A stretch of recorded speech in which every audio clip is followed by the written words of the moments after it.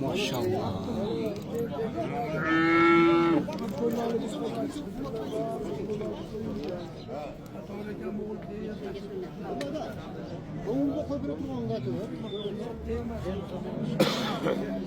Topu ana mı?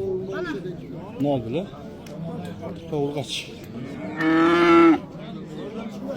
Az kança oldu bu? Kança? Kança kaçı kaldı? 265 mi? 25 litre süt var. 265 mi diyor? Oo. 165 milyon bağ oldu. 125 litre sütü var iken sarı geç. Buna topu ikinci topu.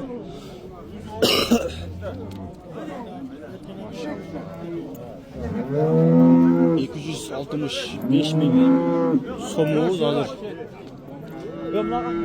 Dolarga çağırıp berem durganlar. Bizdin Özbekistanda görüp atkan tuğanlarımız var.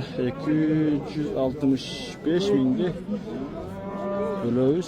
80 kaçtı? 88'den verildi. 3000 dolar bulatkan tuğanlar şöyle. 3000 dolarga hazır verilbey atat.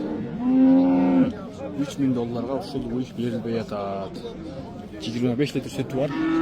Torpağına uşul. İkinci balası dedi cana. Torpağı kaç?